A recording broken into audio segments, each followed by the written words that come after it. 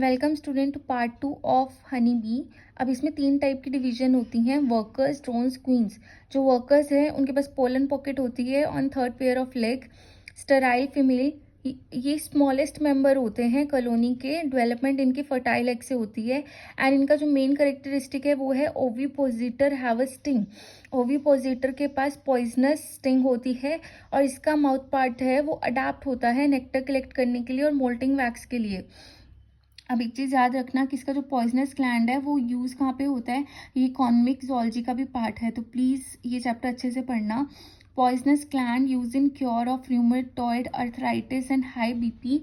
फिर आते हैं ड्रोन्स।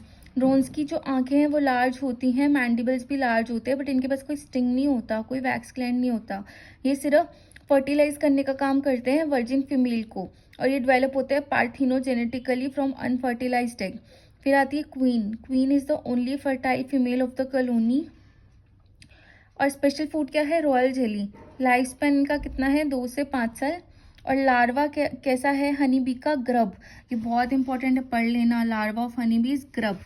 अब थोड़ा सा हम एनिमल बिहेवियर का भी इसमें इंक्लूड कर रहे हैं। एचटेट में तो शायद ही पूछे, बट डीएसएसपी में पूछा जा सकता है। कार्ल मैक्स कौन थे जिन्होंने स्टडी करी constructive arrangement of bracket in the phone, कि हनी बी कैसे ब्रैकेट्स के वे में अरेंज करती है अपने आप को। और फिर थे कार्ल वॉन फ्रिश। इन्होंने क्या किया था, लैंग्वेज ऑफ बीज को स्टडी किया था। इन्होंने 2 टाइप के डांस किए थे स्टडी, ये पूछे जा सकते हैं आपसे पेपर में।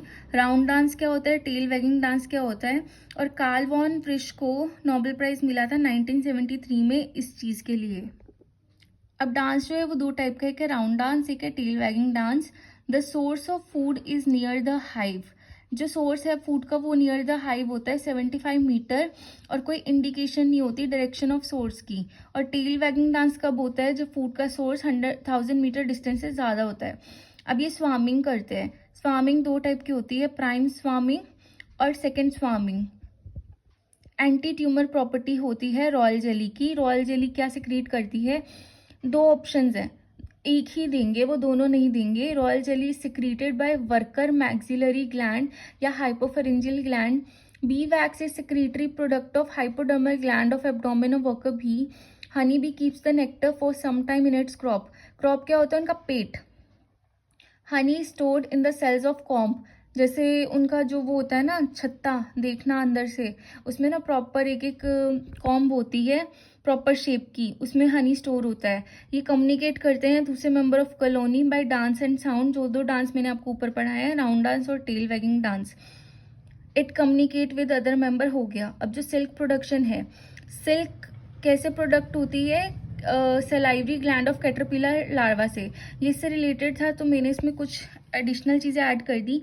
सिल्क कैसे प्रोड्यूस होती है, salivary gland of caterpillar larva से। सिल्क प्रोटीन 2 टाइप का होता है, मतलब इसमें 2 कंपोनेंट होते हैं, एक होता है फिब्रोइन और सेरिसिलिन। और इनका स्ट्रक्चर कैसा होता है, beta pleated structure, secondary protein. इस बार क्वेश्चन आया था, purest form of lac. Lac का प्रोडक्ट क्या होता है, shellac resin, only resin of animal origin. और ये सबसे प्योरेस्ट फॉर्म भी होती है। एस्टेट 2025 का ये क्वेश्चन था। और ये कौन प्रोड्यूस करती है, female lack.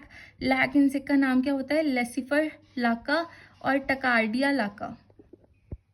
Queen bee worker reproduction को सप्रेस कर देती है ताकि वो ही रिप्रोड्यूस करके क्वीन बन सके। वो ओवरीज को सप्रेस कर देती है और मेल ड्रोन्स को अपनी तरफ अट्रैक्ट करती है। प्रेजेंस ऑफ फर्टिलाइजर, एस्टेट 2020 में क्वेश्चन था, फेरोमोन्स का नाम पूछा था कि mandibular gland of queen bee कौन सा वो सिक्रीट करती है, फेरोमोन। तो 9ODA, 9HTA, इनके फुल फॉर्म मैं आपको अलग से लिख के बता दूंगी। वर्कर फेरोमोन्स ये 2 टाइप्स के होते हैं। ये क्या करते हैं, ऊपर वाले 2 हार्मोन इनएक्टिव करते हैं ओवरीज को, नीचे वाले 2 हार्मोन इंक्रीज करते हैं ओवरी की एक्टिवेशन को। That's all for today. Pheromones मैं अगली वीडियो में कवर करूंगी।